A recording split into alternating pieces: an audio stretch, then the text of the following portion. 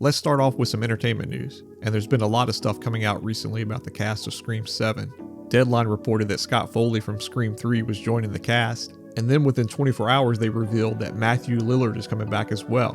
And this has disaster written all over it.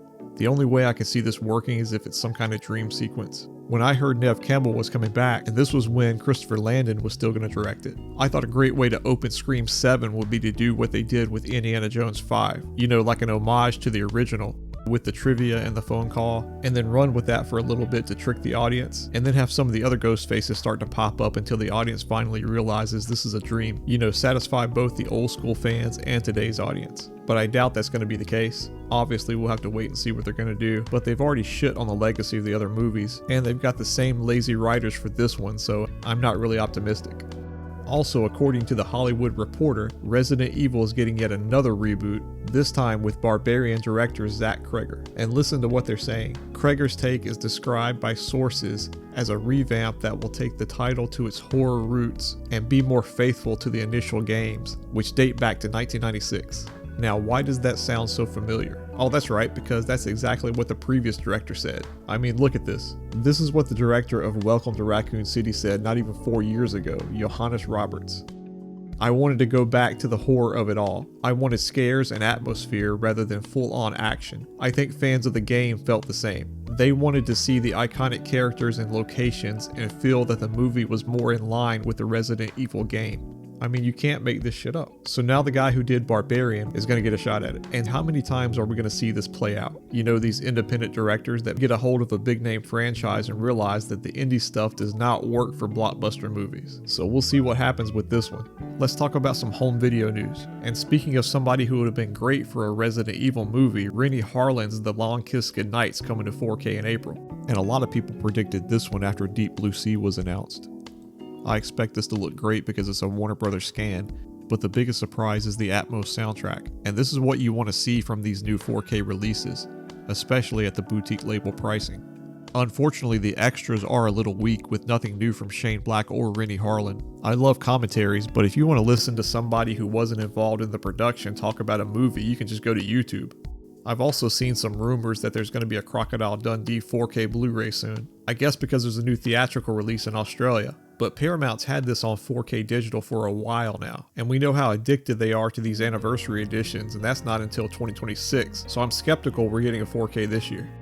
And the final 5 episodes of Cobra Kai are coming to Netflix on February 13th. So now that it's done, will Sony capitalize on the popularity while it's still hot and give us a 4K? I thought it was strange that they had the Cobra Kai creators do a commentary for that 40th anniversary 4K, but if Sony is planning some sort of collection or box set down the line with the movies in the series, it would make sense that they were involved. And obviously we've seen that Sony was willing to drop Seinfeld on 4K and Blu-ray even after that well-publicized Netflix deal. So it doesn't look like Netflix has much to say about what Sony does on home video, and Sony has pushed back the release date of the new movie several times now, so it doesn't come out at the same time that the new Cobra Kai episodes drop on Netflix. So it's going to be interesting to see if they try to tie in a 4K or a Blu-ray release of the series. And if everything stays on schedule, the new movie would hit Blu-ray around September or October of this year. So let me know in the comments if you think Sony will do something with the series on 4K or Blu-ray.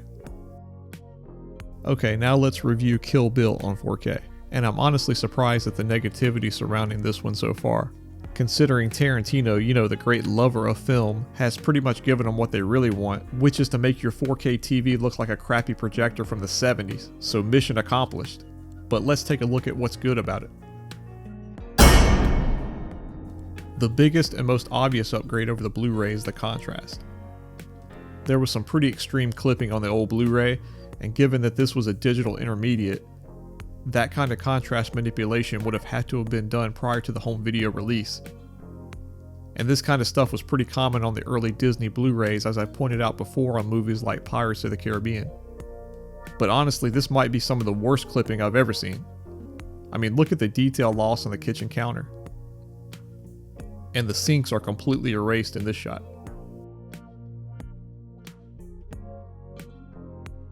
You can also see how whatever this kind of soft glow effect is, looks quite different in HDR as well. Overall, the picture is a little more crisp, and there's enough content that's bright enough to give the 4K more punch compared to the Blu-ray.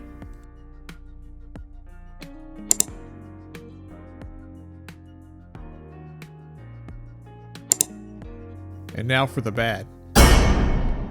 And I think the biggest offense here is the lack of detail compared to the Blu-ray. I mean, this looks so plain at times that you might think you're watching a digital stream on Netflix.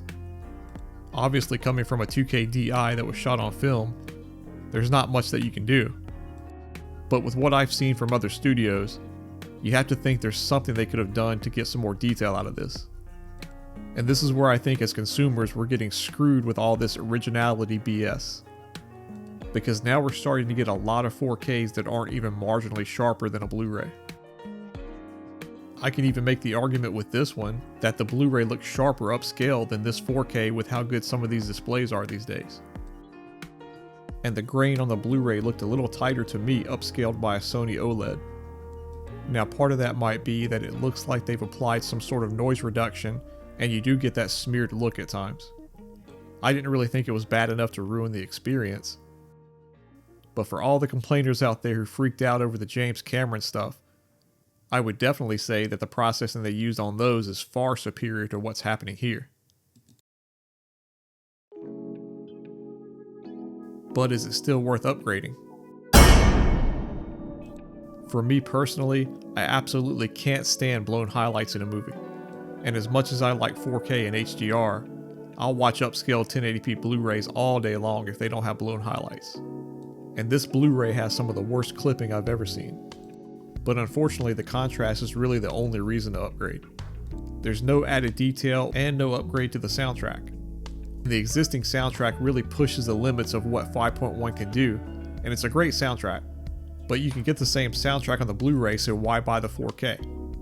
So I think I'm going to leave this one as a soft recommendation because the 4K does improve on the highlight clipping, but overall the experience isn't that much different than Blu-ray. Let's take a look at some of the new 4K and Blu-ray releases for Tuesday. And this Twin Peaks set looks really attractive to me at that price.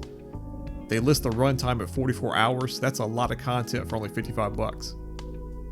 And this one's really not a good value, but I'm highlighting it because of the extras. I love commentaries, and you get 3 on this one, including one with the main cast. I don't expect this one to look much sharper than iTunes because it was shot digitally, but I can pretty much guarantee it'll blow away the Peacock stream. I don't really know anything about this one, but I like it as a budget pick at $14.99 and I love that cover. And I don't know what Warner Brothers is trying to do here. I know there was some rumbling about how they handle the theatrical release. Now they're dumping it on Blu-ray for almost $40 retail. It does include a Dolby Atmos soundtrack at least, but I don't know who they're trying to sell this one to. And Disney's almost as bad with a real pain, throwing out a 5.1 Blu-ray when they've got it on digital with Dolby Vision and Atmos. So I would pass on these two. It's challenging these days trying to put a decent home theater system together on a budget, and I wanted to try to put something together for under 500 bucks, and I know that's probably even higher than what most people want to spend, but I do see people buying these $600 or $700 soundbars, so I wanted to see if I could beat that. And of course all of these will be linked in the description if you want to check it out. I started with what I think is the best cheap AV receiver that's out there. There are a few others in this price range, but the great thing about this receiver is it's a full 5.1 system, but it can also process Dolby Atmos and DTS:X. And that was important for this setup because the mid-range soundbars, and really even a lot of the cheap soundbars, have Atmos these days. For this setup I went with a 2.1.2 configuration with Atmos up-firing speakers. But you can also run this receiver with up to 5 speakers and a sub and get Dolby Atmos virtually. And don't let these alpha geeks on the internet lie to you. Atmos can still sound amazing with virtual speakers. So don't be afraid to try it if you can't run wires or you don't want to spend the extra money. For the main speakers I went with the Monoprice Premium Dolby Atmos model. These are the least expensive speakers I've seen with Dolby Atmos built in.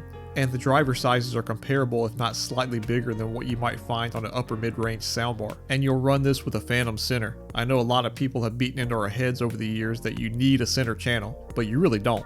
Especially in this setup where the speakers are likely going to be so close together. And these are also wall mountable, so there's pretty good flexibility depending on what you need. So this should be a comparable if not better front soundstage compared to a soundbar, and even if you're not watching with an Atmos soundtrack. The receiver can also process surround channels for standard 5.1 and 7.1 soundtracks into the Atmos up-firing speakers. And you've also got the Dolby Surround up mixer. And this receiver does have a dialogue enhancer, which is great for lower volume listening. To complete the system, I picked a pretty good budget subwoofer from Dayton Audio. These are typically highly rated at their price point, and it's almost certainly better than most subwoofers you get with a soundbar under $1,000. And depending on where you place it, this will definitely provide some impact for movies. Now, if this is for an apartment or bedroom setup where you don't want or need this kind of bass, you can also drop down to the Monoprice 8-inch sub here and save even more money. So that's your under $500 system that should totally destroy any soundbar at that price point, and probably some that are even a few $100s more. And I'm going to put a poll up on the community tab, so if you like this segment, let me know what kind of budget you want to see for the next setup. If you like this video, let me know in the comments, and if you have subscribed, don't forget to turn on your notifications or check the community tab periodically for deals and other announcements.